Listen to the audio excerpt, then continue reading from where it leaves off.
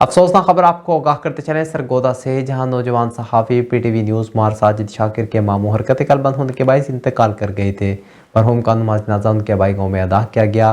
مرحوم کے نماز جنازہ میں ہر مکتبہ فکر سے تعلق رکھنے والے افراد نے شرکت کی۔ اس حوالے سے مزید جانتے ہیں بگ نیوز کے نمائندے عثمان خان کی اس رپورٹ میں۔